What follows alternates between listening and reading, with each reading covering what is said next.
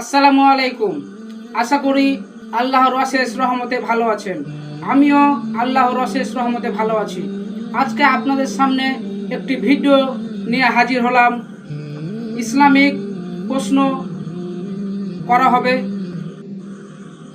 আসসালামু আলাইকুম। ওয়ালাইকুম সালাম রহমতুল্লাহি ওয়া বারাকাতুহু। আপনাকে একটা প্রশ্ন করা হবে, ইসলামিক প্রশ্ন। আমাদের ইসলামের ইতিহাসে প্রথম খলিফা কে ছিলেন?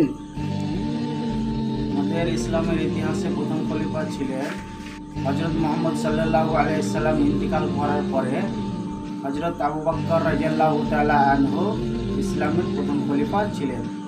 আলহামদুলিল্লাহ, নিযুক্ত হয়েছে। উত্তরটি সঠিক দিয়েছেন। এই রকম ইসলামিক